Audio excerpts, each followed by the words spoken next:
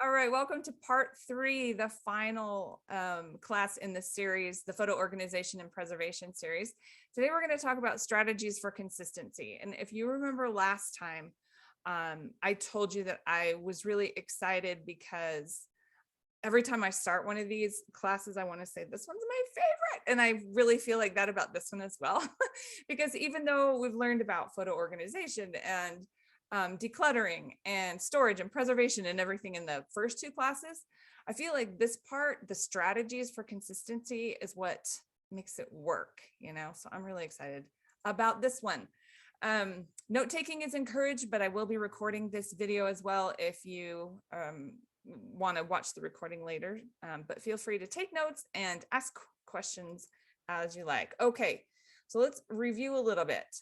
Part 1, a month ago now, was called Organizing and Decluttering and Their Surprising Benefits. We talked about why we have photo problems these days. Not necessarily our fault. We just are inundated with a lot of photos. That's just kind of where we are in life right now. We talked about how spending time with your photos is actually good for you self-care. Sometimes we view it like an item on our to-do list, but it's actually taking care of your heart and soul. So looking at it that way, I think, is beneficial. We talked about decluttering your photos, how and why, prioritizing, choosing photos, how and why. And we talked a little about organizing both printed and digital photos and some options for digitizing printed photos also. And we went over some tips about renaming or not renaming digital file names and how to be successful with photo organizing. If you missed that class or want to review it, you can check out the recording.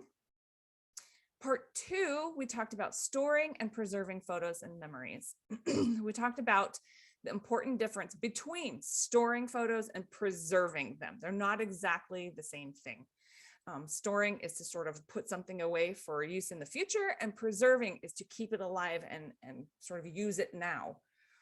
In that class, we discussed how to store both printed and digital photos, some things to keep an eye out for with each one. We talked about my recommendations for digital photo storage, which is Forever, and for photo and memory preservation, which is Forever and Heritage Makers. And we touched a little on how experts recommend storing. See, I would divide that into storing and preserving, but storing photos in 3 ways: 2 digitally, 1 on-site and 1 off-site, and 1 in print. So now that we've gone over all of that great stuff, I hope you're excited and ready because we're going to talk about how to do that, how to be consistent in doing those things. So I mentioned earlier that organizational systems and photo storage services and photo preservation methods are not necessarily one size fits all. It's really important to pick something that you like, that fits you. And in the same way that not all those things are sort of one size fits all, strategies to get you there are also not one size fits all. And so today we're going to look at 10 strategies.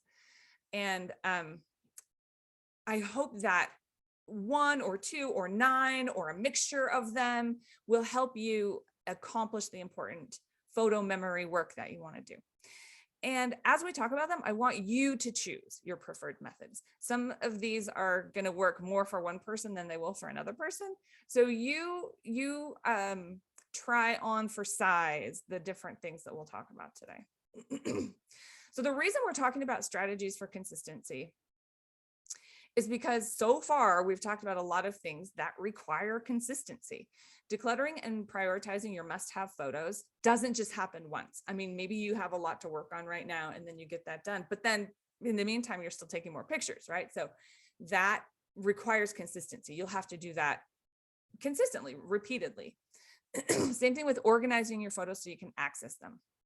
You might do that once in one big, chunk, and you'll get it all done, but then you're going to take more pictures, right? Someone's going to get married. You're going to have a lot of photos or whatever. Same thing with storing photos in a secure method. You might get everything you have right now stored, but being consistent and doing that in the future is important as well. And then of course, preserving photos and memories by giving them a home, a place to live, like a photo storybook, digital scrap pages, photo album, that requires consistency as well. So these are all things that you might do in a big chunk to catch up on, but they will continue because we continue to make memories and take photos. All right, so please note up at the top, try this on for size up in the upper left. Every strategy that I'm going to share with you is one that I want you to try on for size. See if you think that would help you, if that would be beneficial to you, if that's something that you could do, okay? So strategy idea number 1 is to make an appointment with yourself. Set aside the time and keep your appointment with yourself just like you keep it with a friend. You're going out for lunch with a friend, you would go, right? You keep an appointment with a doctor or your hairstylist or whatever. Think of your photo time that way. Make the appointment with yourself and keep it. I kind of feel like it's respecting yourself enough to keep your own appointment with yourself. So when you do that, I refer to it as your photo time, but you could call it anything. You might spend your photo time organizing, decluttering, downloading photos from your phone to your digital location, whether that's a computer or cloud storage or whatever. You might spend that time preserving them in photo storybooks or scrap pages or whatever. It's all photo time, right? It all matters. It's all good stuff. And again, I want you to consider your heart healthy, soul healthy, self-care, good for you me time. All right. Don't look at it like a chore. It's way better than a chore. Way better than picking up your dry cleaning and taking out the trash. It's way better. It'll make you so much happier. So as you consider that, think about maybe an hour every Friday night, or 3 hours on the first Sunday of each month, or 15 minutes every day, or any number of other times that you could come up with. So as you're thinking about that, remember that it adds up. If you choose to spend an hour every Friday night, for example, that's 52 hours a year. If you choose to spend 3 hours the first Sunday of each month on your pictures, that's 48 hours a year. If you pick 15 minutes every day, that's an hour and a half a week, or 78 hours a year. So think about this. If that's more time than you're currently spending on your photos, think of the difference that will make. All right. So this strategy idea seems pretty simple, but it can be very powerful. Look at the number of hours that could give you.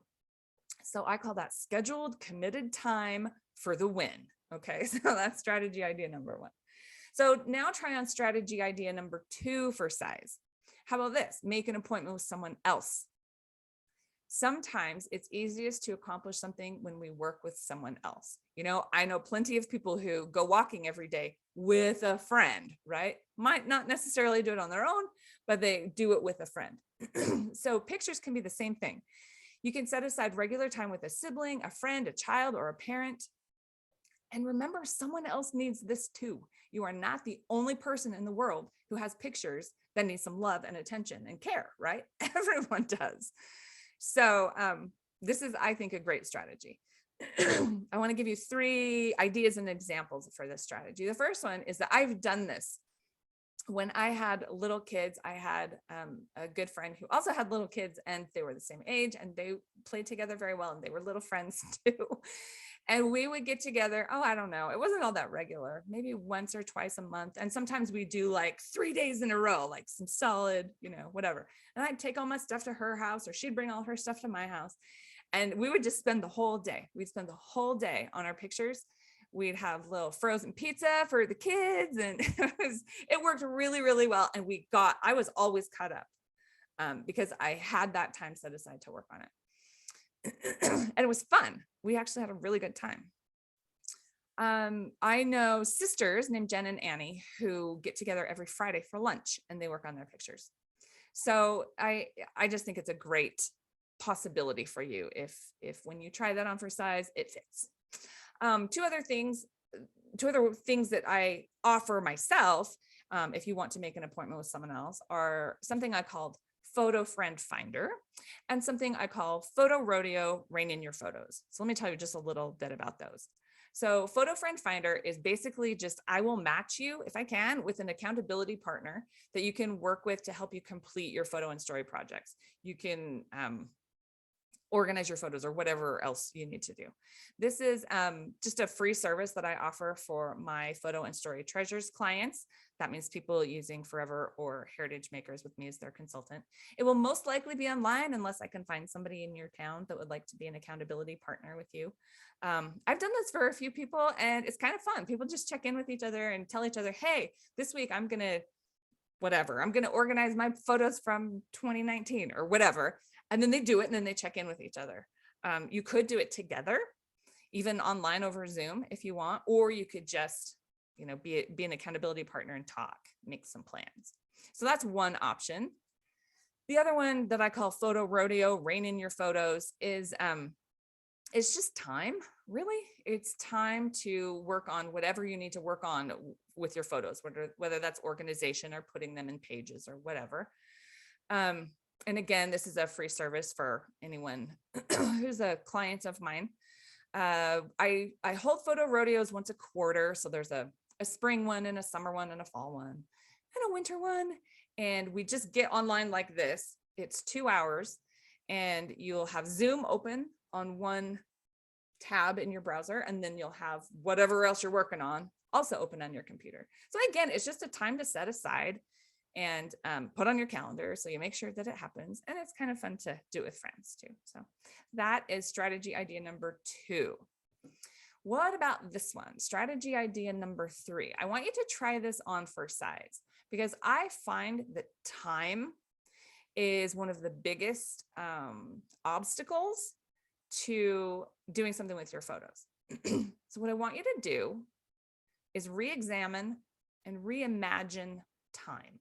I've been sort of, I wouldn't say researching, but like reading and studying about time and perspectives on time for the last several years because it does affect people's photos so much. And I've learned a few things that I wanted to share.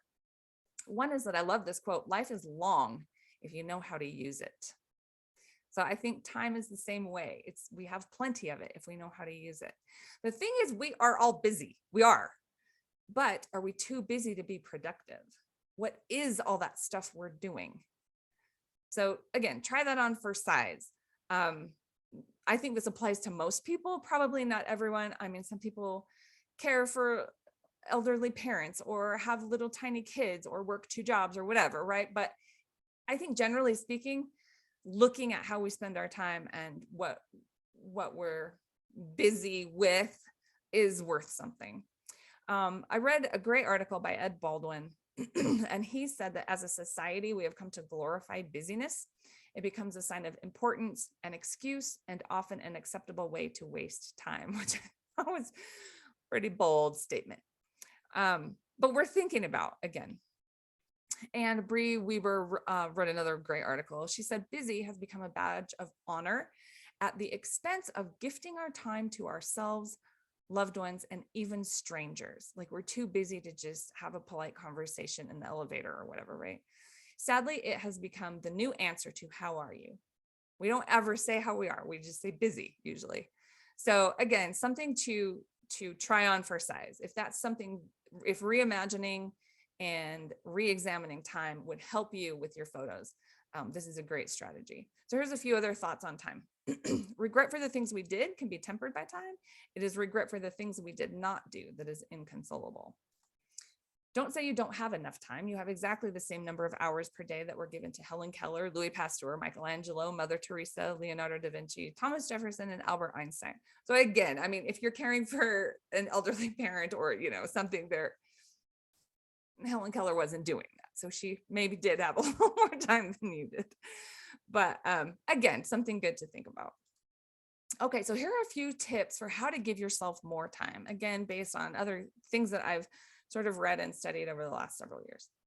You can actually give yourself more time. And so here are a few ways to do it. Instead of have time, use the phrase make time. I think that changes our mindset a little bit. Like, I don't have time for XYZ would be different if you said, I don't make time for XYZ.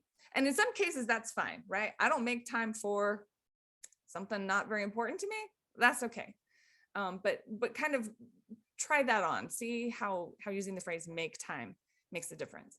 And consider this, we make our own free time, right? We do. If we want to go for a bike ride, we make time for that. It doesn't just show up on its own. There's never some random Tuesday where someone knocks on your door and is like, hey, look, I got 4 hours for you. Here's some free time, right? We make it ourselves. All right, some other thoughts. Delete anything excessive, which means too much. Do you watch too much TV? Do you use Facebook too much? I don't know the answer to that, but you will. Delete anything that you're duplicating. Like if you're taking multiple shopping trips, you're kind of doing the same thing over and over. Look at that and see what you could cut out. Consolidate things like meal prep or errands, and then make a plan to do it. If there's something that you want to do, it helps a lot if you make a plan. Delegate. Could somebody else do some of the things you're doing? Say no. That's my big one that I need to get better at. And consider this thought. We always find time for what's most important to us. I think about my kids' birthdays. I never have, and I never will say to them, well, I didn't get you any presents because I didn't have any time. I just won't. That will never happen because that's important to me. I will find time. It might be at midnight, but I will find time because I care about it.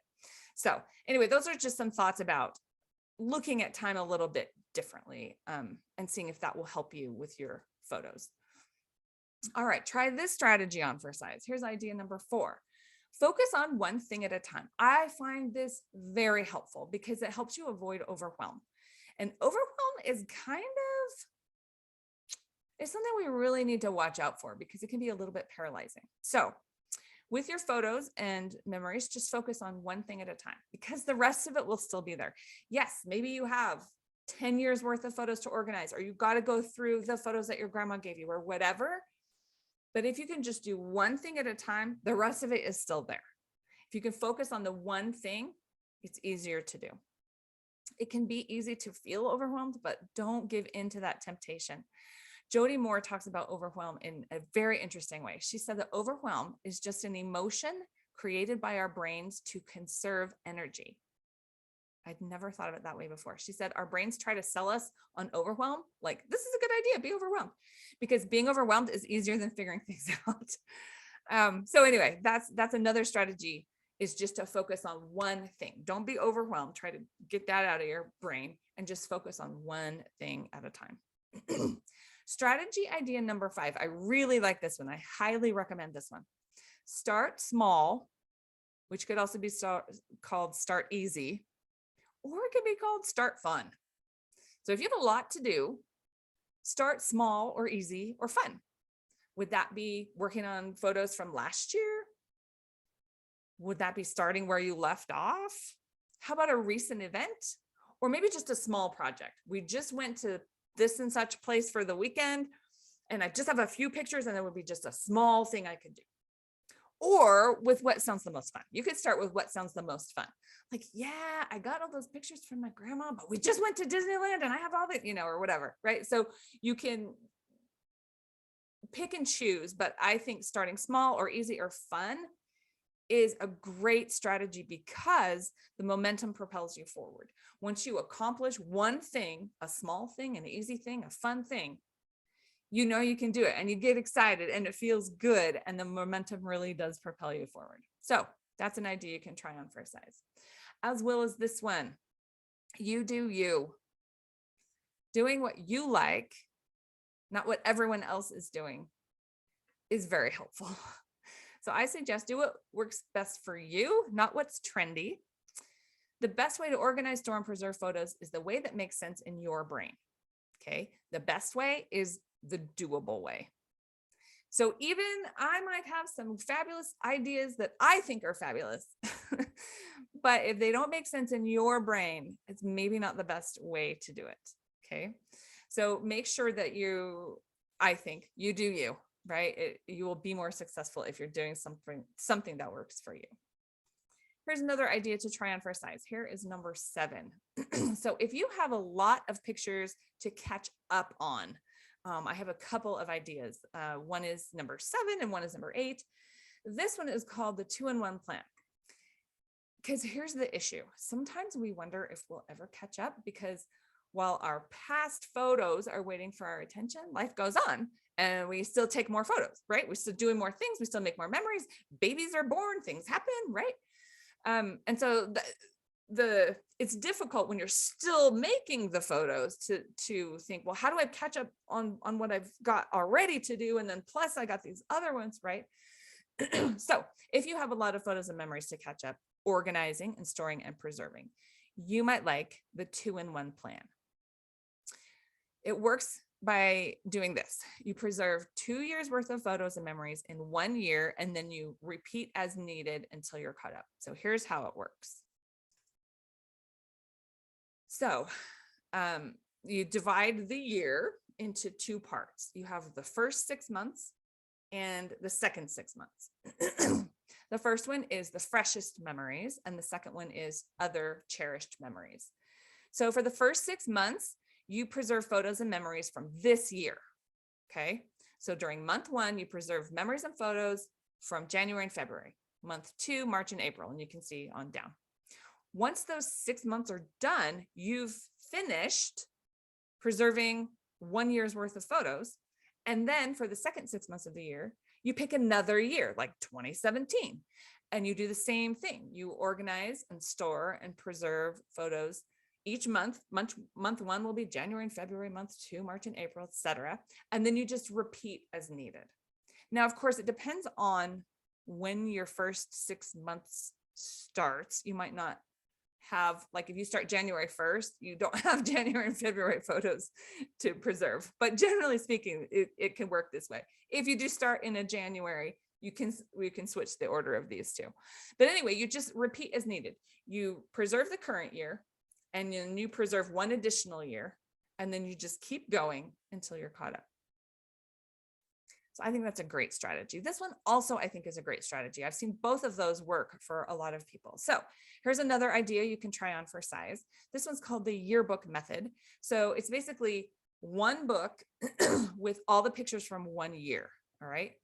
And the way that the yearbooks are laid out, which is chronologically, means more or less that you already know where the pictures go. They already have a place to go.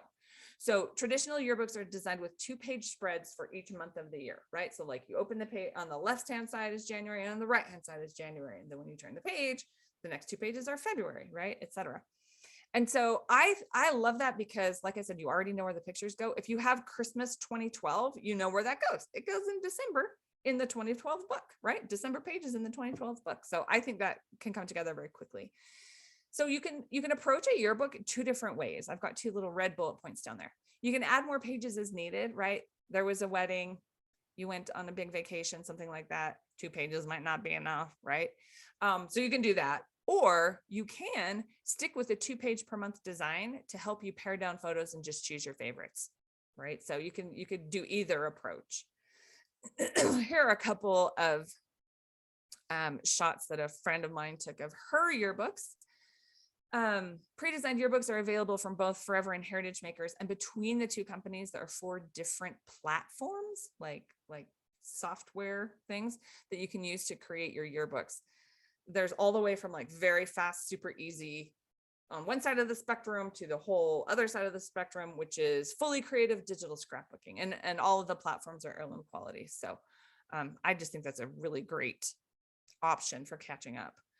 Speaking of the yearbook method, I did make a video tutorial about that a few years ago. If you want to check that out, you can go to my blog, which is right there, lifetalesbooks.blogspot.com. And there will be a search bar at the right, and you can type in my favorite photo products, and that will take you to the blog post where I have the yearbook method video. So if you want to look at that, there it is. And just a little kind of PS about this. I have done a couple of times a yearbook boot camp where we kind of get together like this online and preserve a year's worth of photos in a yearbook in about 8 weeks. It's about 20 or 30 minutes of directions and help from me each week, and then 1 to 3-ish hours of homework on your own time where you find your pictures and put them in and everything. If you're interested, let me know, and I can always run another yearbook boot camp. I think it's really fun and it can be very helpful. So there's my email address if you are interested in that. Okay, 2 more ideas we've got coming up. Try this one on for size. Now this one is specifically for people who have forever accounts and they use artisan digital scrapbooking software. That is a software that has complete flexibility and creativity. It's computer-based, so you download it. And anyway, there is a group of artisan experts who run a digital scrapbooking group called Pixels to Pages. And I think it's very cute because the experts who run it are called Pixies, which is just adorable. But anyway, this is great because they meet once a month or maybe even more.